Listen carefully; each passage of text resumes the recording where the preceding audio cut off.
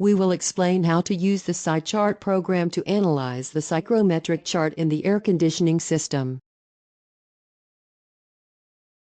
When you run the program, you can see this screen. You can select variables and elements that you can specify by click Tool on the top tab and then Option. Basically, the atmospheric pressure and the dry bulb temperature are set at -10 to 50 degrees Celsius in terms of 0 meters sea level. You can change it to match the experiment conditions that user experimented with.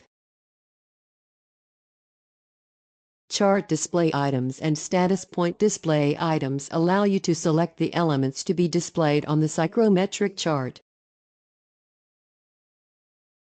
When you look at the left part of the program, you can enter parameters. You can enter values such as dry bulb temperature, wet bulb temperature, and relative humidity.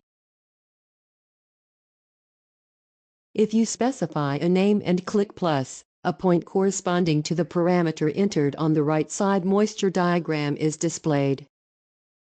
The lines section is used when 2 or more points are crossed.